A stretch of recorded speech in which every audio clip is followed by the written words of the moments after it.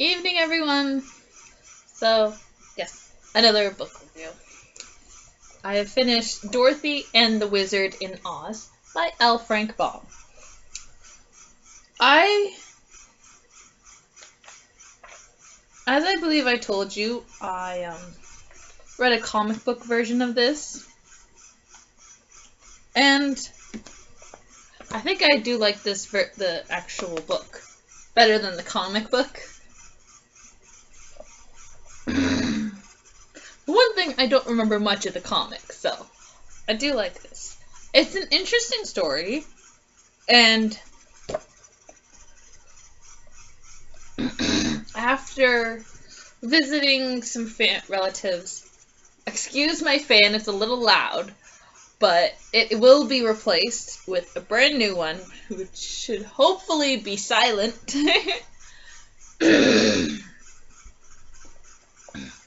But after visiting relatives in Australia, Dorothy and her Uncle Henry travel to California to visit some friends, something like that.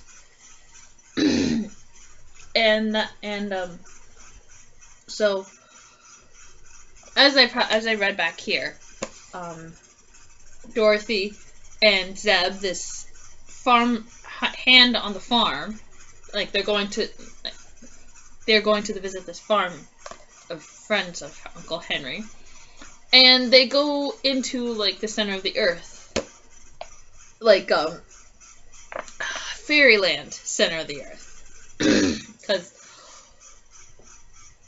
where they enter, it's like there are suns, but there's no nighttime, which is weird. Oh, look, I have orange nails, and I'm so excited to have orange nails finally. I have them because September and October, it's fall colors. Okay, anyway. So yeah, they're traveling to get back to onto the crust of the earth, like on top, where we have night and day. And I like this a lot better. It's just a lot more interesting for somehow. And I like the pictures, obviously, by John. Like, here's one right at the beginning, as I showed you before.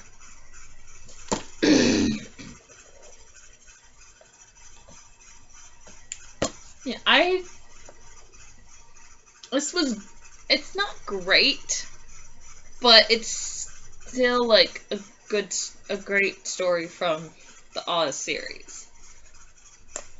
So far, Ozma of Oz is still like one of my more favorite stories from there. But so it's still a good one because Oz comes back into the story. And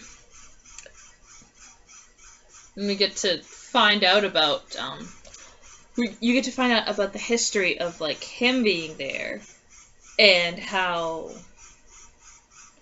he comes back into the story. And apparently there's a connection between him and Oz somehow. But you have to read this book to find that out. Oh my gosh, I totally love having my nails painted this orange color and seeing it on camera and just like holding stuff with it. It's just, it makes me feel so good. And apparently, according to my boyfriend,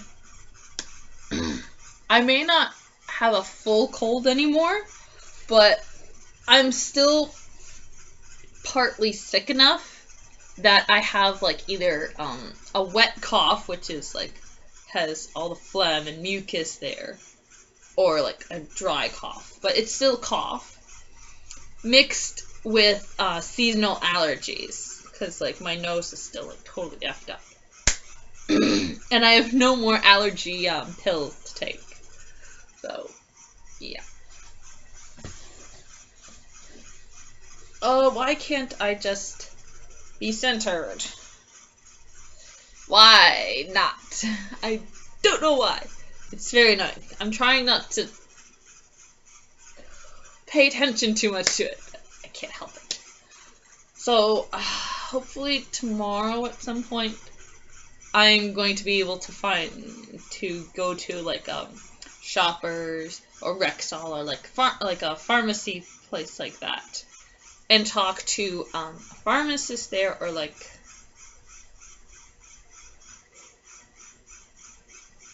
excuse me, it's like 10 o'clock at night here in Canada. Like, okay, so anyway, I'm gonna try to talk to one of those people at like Shoppers, pharmacy places like that, to find out if there's like some kind of syrup I can take, or a pill that can help, like, with this kind of like, oh, I think it's still like kind of like a wet cough.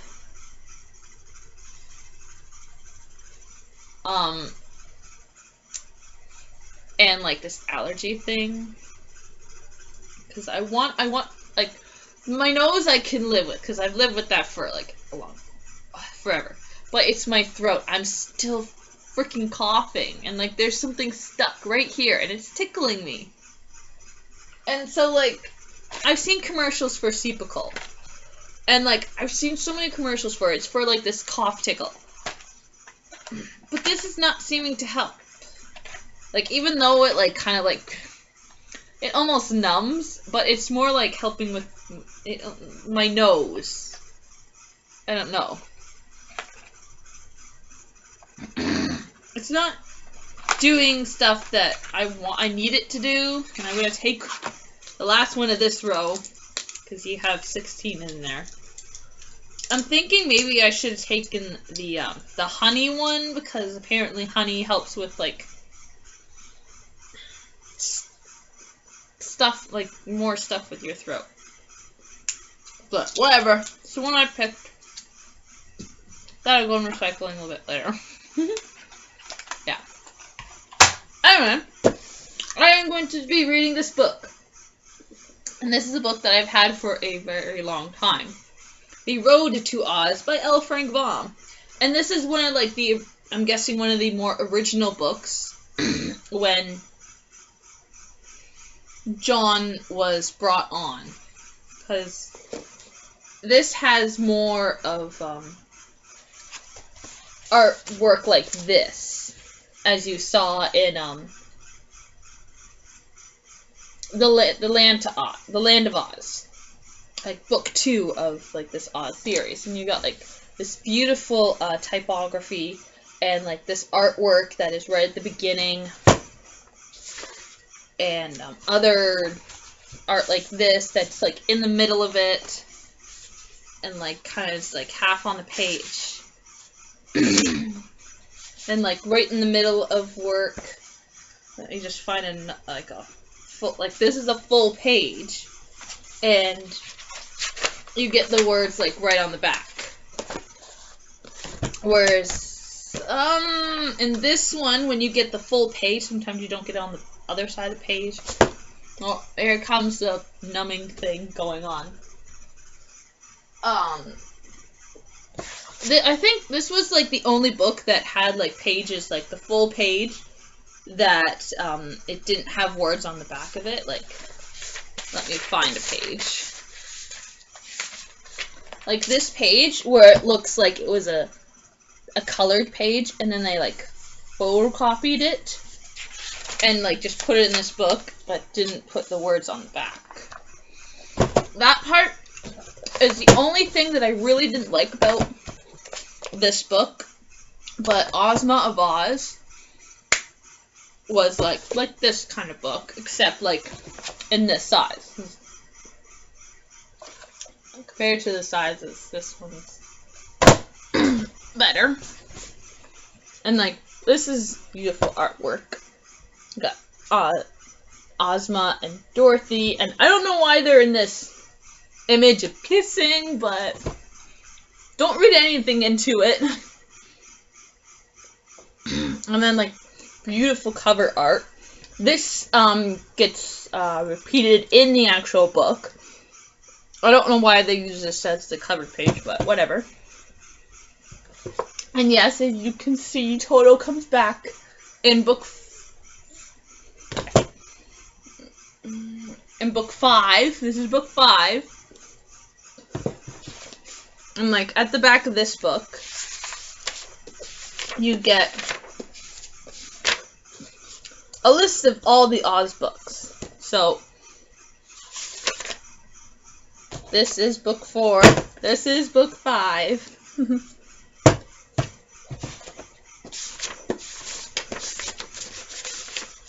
And then at the end of the list of books, you get the head of Toto just drawn there randomly. And here's this. I got this and the Land of Oz from my old middle school, which is now no longer there. It's been demolished and is now a bunch of homes. So let's read this. The famous Oz books. Since the 1900s, when L. Frank Baum introduced to the children of America the wonderful Wizard of Oz and all the other exciting characters who inhabit the Land of Oz. These delightful fairy tales have stimulated the imaginations of millions of young readers. Please excuse me, I have the oral lozenge in my mouth, and putting it on either side just makes, like, right here, like the gums in my cheeks part right here, it makes it a bit numb or like fun feeling, so I gotta keep it on my tongue. These are stories which are genuine fantasy, creative, funny, tender, exciting, and surprising, filled with the rarest and most absurd creatures. Each of the 40 volumes, which now comprise the 40 volumes. Okay, excuse me. There is only 14 original Oz books by L. Frank Baum. But yes, people after this created other stories with other creatures. But hopefully, I'm guessing incorporating like the original characters. I don't know because I only know about the 14 books. I don't know if like I have a wiki of, I can find a wiki of like all the Oz book series, but I'm only going to be doing a review on the original 14 books by Baum. And let's continue. Has been eagerly sought out by generation after generation until today. They are known to all except the very young or those who were never young at all. When, in a recent survey, the New York Times polled a group of teenagers on the books they liked best when they were young, the Oz books topped the list. Okay. I don't know why they wrote that, but anyway.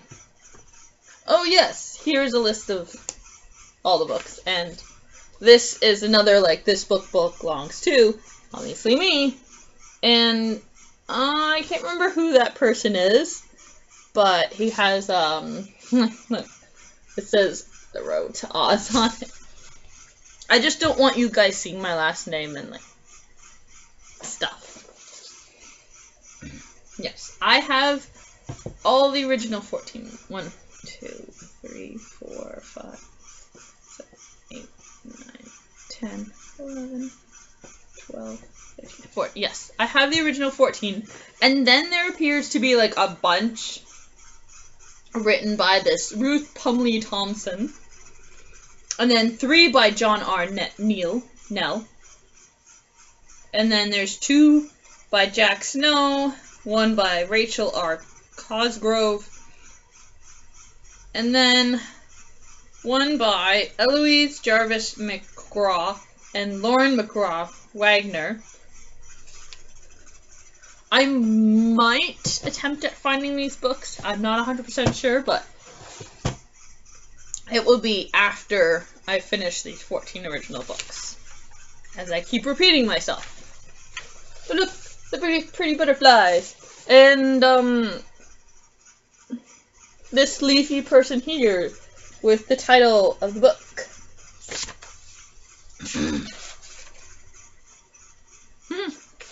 Here's the front cover, and it says under here, "Calling on Jack Pumpkinhead."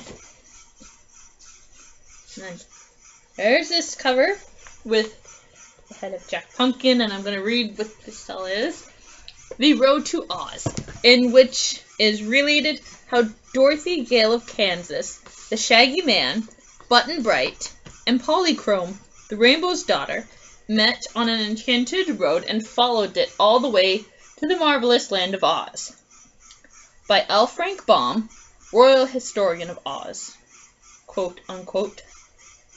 Illustrated by John R. Neal, or Nell, whichever way. Rand McNally and Company. That's who published this book.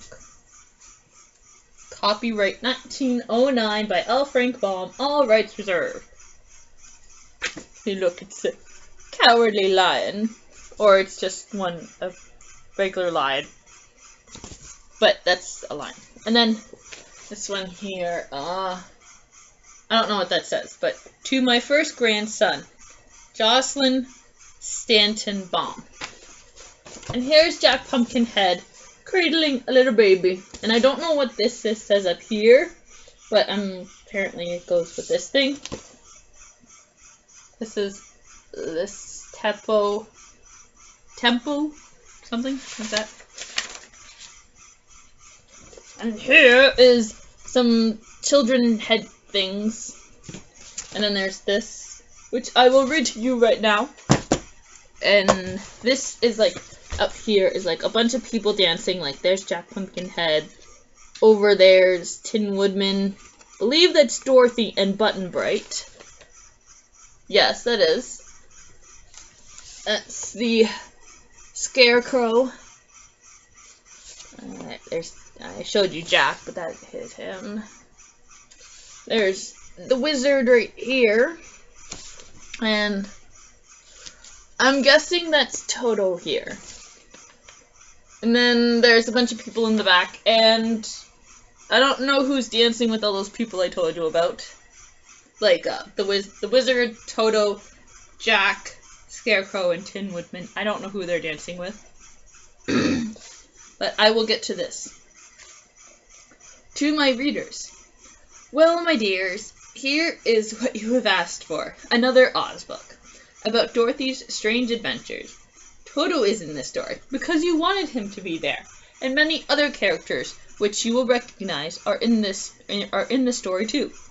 Indeed, the wishes of my little correspondents have been considered as carefully as possible. And if the story is not exactly as you would have written it yourselves, you must remember that a story has to be a story before it can be written down. And the writer cannot change it much without spoiling it.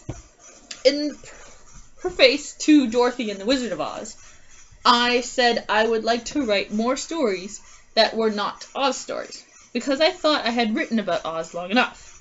But since the volume was published, I have been fairly indulged with letters from children imploring me to write more about Dorothy and more about Oz. And since I write only to please the children, I shall try to respect their wishes. There are some new characters in this book that ought to win your love.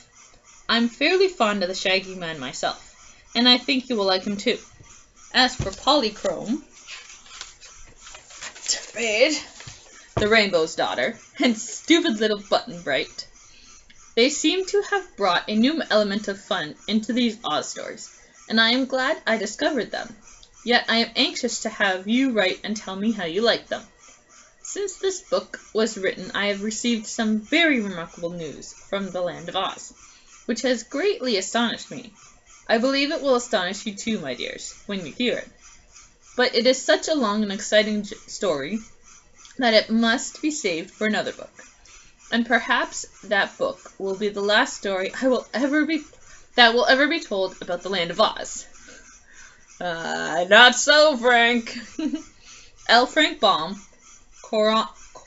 Coronado.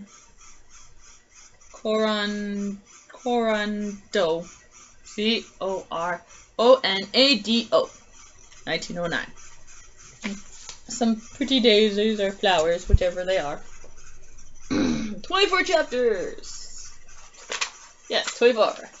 There's some more artwork with the Cowardly Lion and the Hungry Tiger, who apparently has purple stripe, who apparently is orange with purple stripes. I did not know that until I read this book, where it said he had purple stripes.